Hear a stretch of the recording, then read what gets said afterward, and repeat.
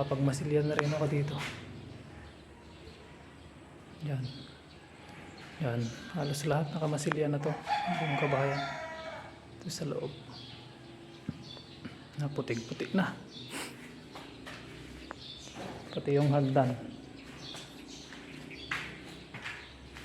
Yan yung CR. Yan yung pinaka main dorm.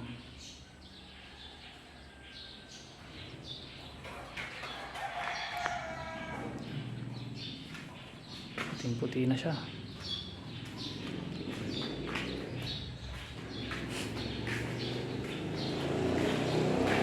Let it, bang, bang.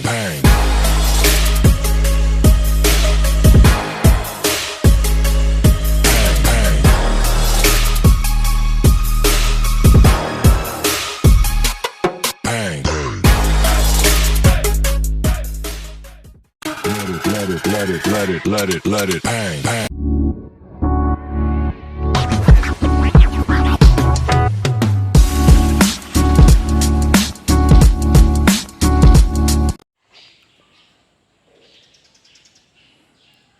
Magandang araw mga idol.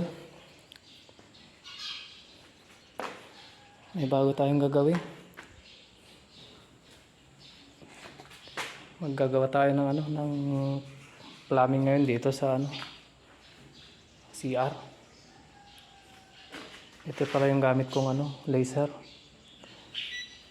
Kumuha na ako ng elevation natin. Ang elevation natin sa finish floor. Para madali na lang magsukat-sukat dyan sa loob. Wala pang plumbing to. No, hindi pa nga naka-flooring. Kumuha na ako ng elevation. 1 meter to hanggang sa baba. Finish flooring na siya. Para madali na lang yung sukatan natin. Pagkuha ng mga sukatan ng mga ilalagay natin mga na yan, fixing na yan, plumbing. Saka dito to pala, gagawa tayo ng niche ng bali gagrinder natin to, gagrinder natin, tapos papalubugin natin para may patungan ng mga sabon, shampoo, ganyan pagka maliligo.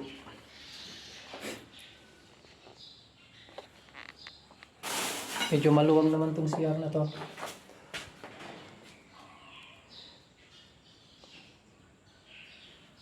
Mahigit mahigit 2 meters. 2 meters yung lapad niya, tapos 2.5 yung niya. Maganda to lagyan ng layoutan ng mga plumbing. Siguro dito yung dito na lang yung shower head ko, banda dito. Dito yung pinto. Ito na yung shower. Close to kasi sliding door na to. Tempered. Sliding door na tempered. Tapos laboratory na lang dito sa tabi ng tabi ng pinto. Tapos dito na siguro yung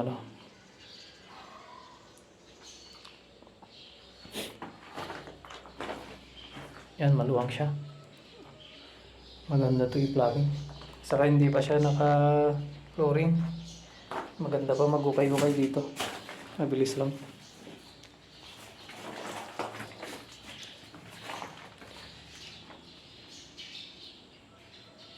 Ayan, mag-umpisa na tayo mga idol. Marami magawa.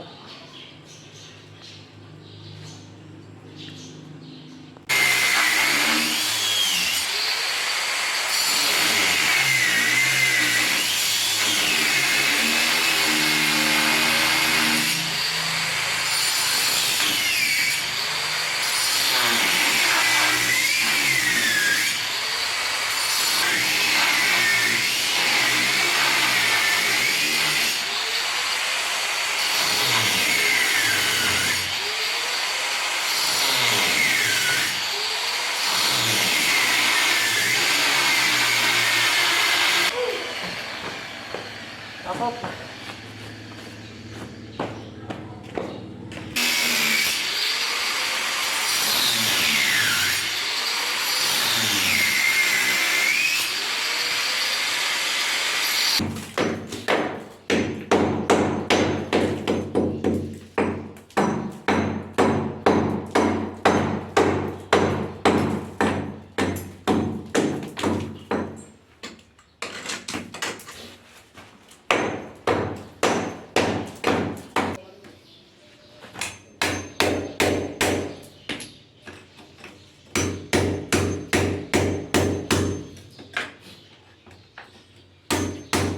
Ay, broken, green nag-stuck.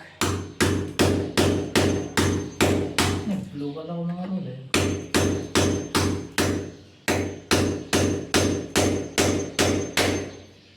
Kinuha rin, gata ko na.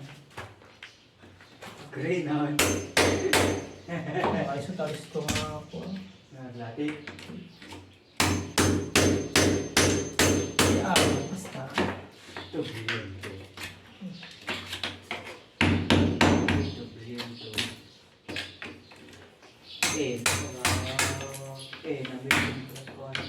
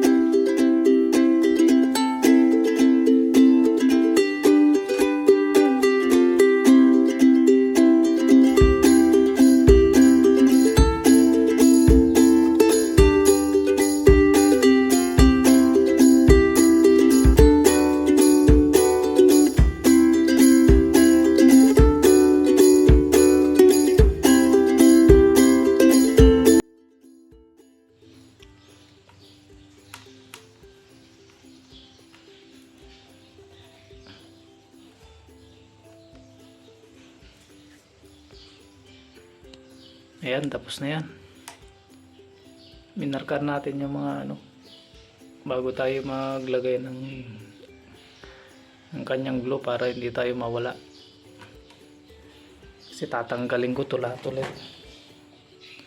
Itong pipe na to. Inassemble ko lang muna siya.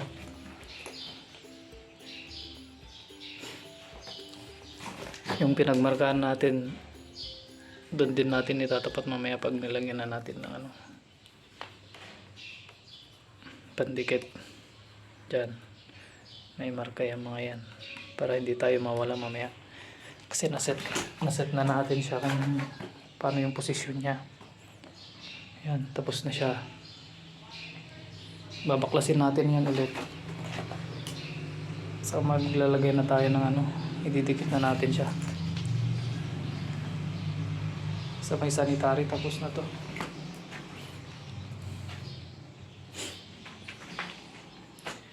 Diyan sa may, yan yung ano, floor drain ng shower. Tapos dito yung inidoro. Tapos dito yung pinaka ano ng lababo niya. Although hindi ko pa nalagyan pataas yan. Kinulang tayo ng tubo.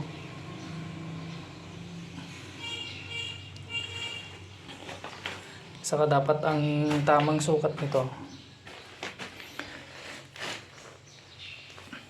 Tamang sukat nito pagka ano, kukunin mo muna yung finish floor line niya dito. Saka ka susukat dito pataas. 55 cm. Gitna ng butas 'yon. 55 cm siya. Gitna ng butas.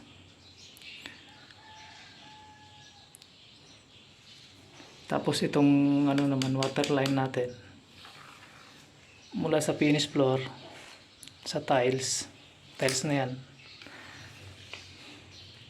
Susukat ka lang ng pataas ng 60 naman. Kumbaga, kunwari dito siya 60. Yan. 60 cm yan. Ganon din doon sa ano, sa may shower area. 60 din yan. Parehas lang.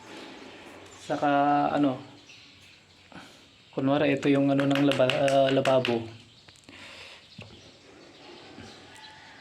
Dapat pag nag-aabang ka ng water line natin, itong water line natin, pag nasa harap mo siya, lagi siyang nasa ano, kanan siya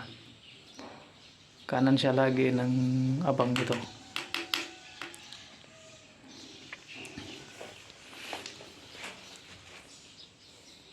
Pero pagka dito naman,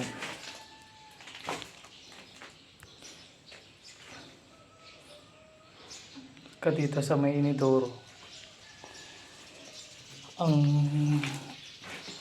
pinakang sukat naman yan mula finish ito,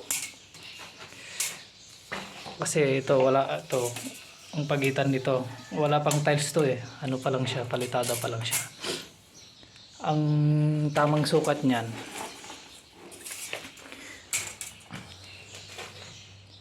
ang inano ko dyan 32. Ayan sa gitna 32 or 33, kasi pag nag tiles na yan, naabot na yan ng 30. Abot na yan ng 30, so sakto yan. Pagka naka finish naman na, naka tiles na ano na yan, 30 dapat, o 1 foot gitna siya.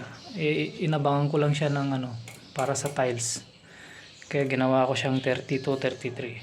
Sakto lang yan. Pag nag tiles na, magiging 30. Tapos dito naman sa may water line nya,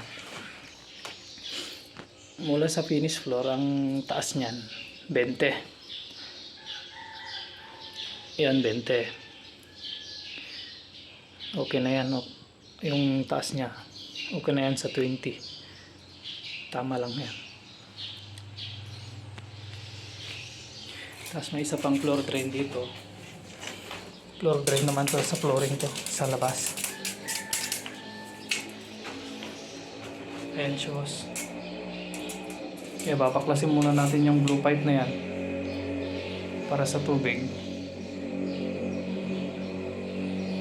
Ginuhitan ko na yan para hindi tayo mawala.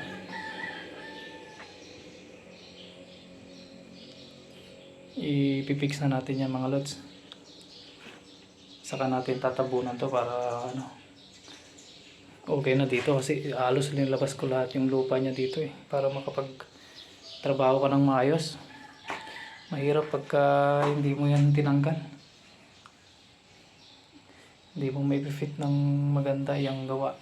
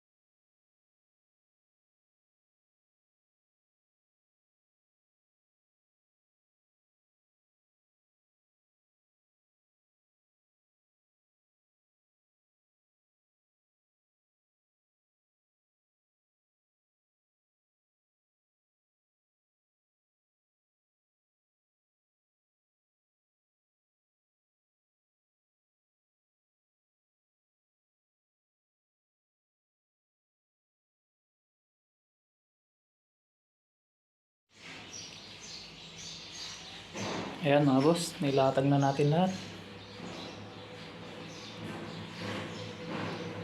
Floor tray. Dito sa may ano ng shower yan. Punta sa may shower. Dito, taas. Tapos nakapagsinsil din tayo ng ano yan, niche. Lagayan ng mga sabon. Tapos dito na yung supply ng ano sa bidet. Yan. Tapos dito yung lavatory. Tapos yung flow pipe papunta doon sa may ano. Dito naman sa sink. Dito naman yung pinaka sink niya. Hindi ko pa nadugtungan yun. Hindi pa ako nakabili ng tubo. Yan na lang na. 55 cm na lang yan.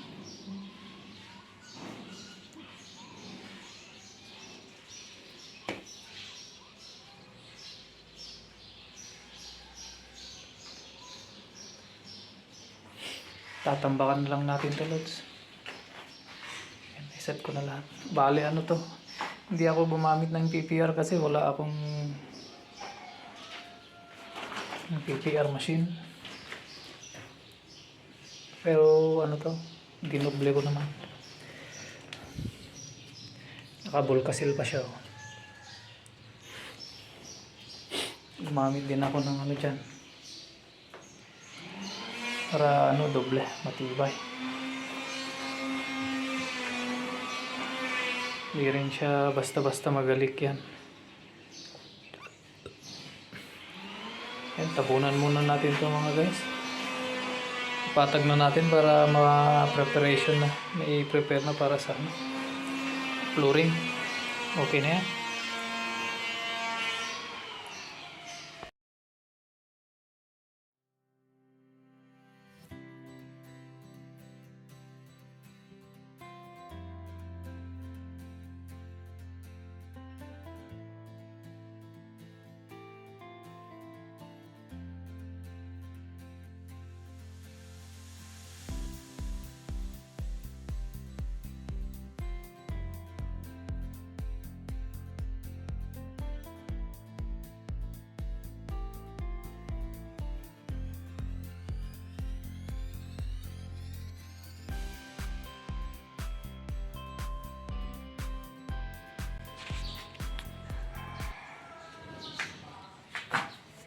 Ayan, natabunan na natin mga lods.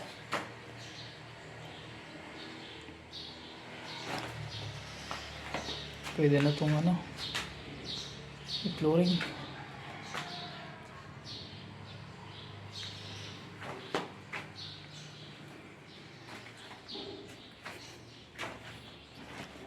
Maluwang din itong CR na to. Dito yung pinakang lababo. Tapos dito shower dito. Ayan yung pinto.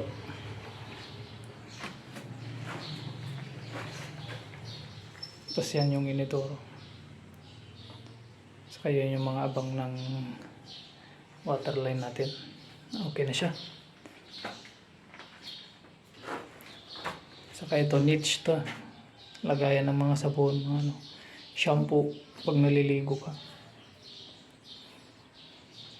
Eh, madali na lang yan. Pag na-flooringan to, pwede nang yan sa tiles.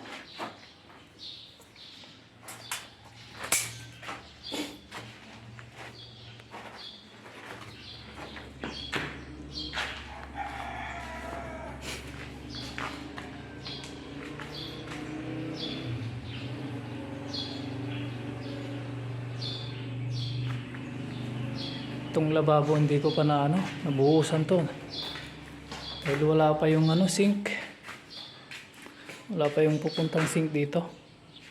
Natenga muna siya. Pinurmasan ko na to noon.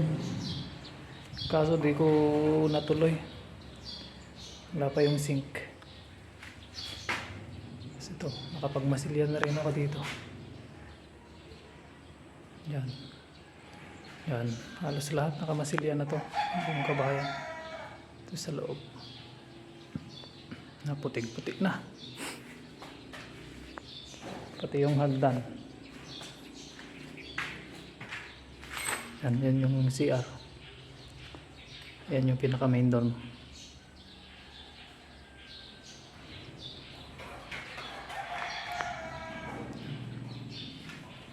Puting-puti na siya.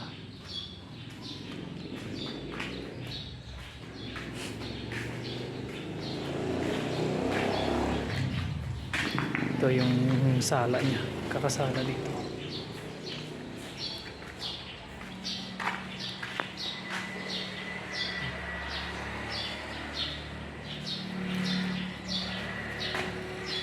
High ceiling mga idol. High ceiling to.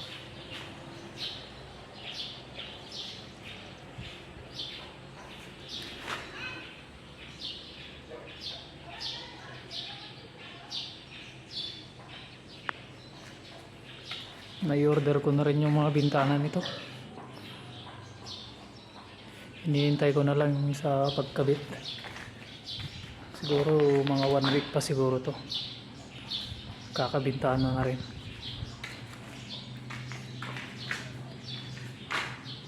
Yan. Lahat to. Pati yung main door. Nandito na rin siya. Lilinisin na lang din. Pinapatuyo pa kasi medyo ano siya. Hindi siya kin-dry. Ayan, saka may isa pang sa likod. Para sa taas naman yun. Dito banda. Para lahat to masaraduhan ko na. Kasi pagka dumating na yung bintana dito, halos ano na to lahat eh. Sarado na to lahat. Kaya i-obliga kung ano yun. Patapusin din yung main door saka yung isang pinto doon sa taas. Para total sarado to. Para hindi na siya maggali-alikabok. Yan, puting-puti siya.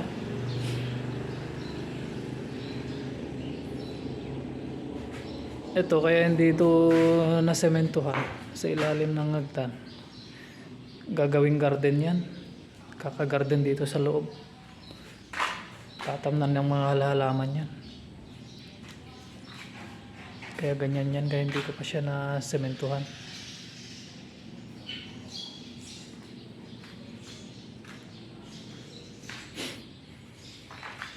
Yan, ayos na mga idol. Ganda na siya dito sa may bandang kusina. Yung lababo na lang yung kulang dyan. Kasi wala pa yung sink. Hindi pa dumadating yung sink.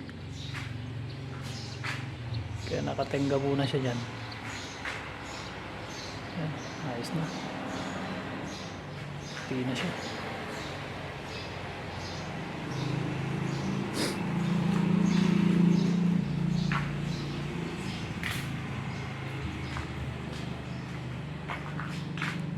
Ito yung ginawa natin kanina.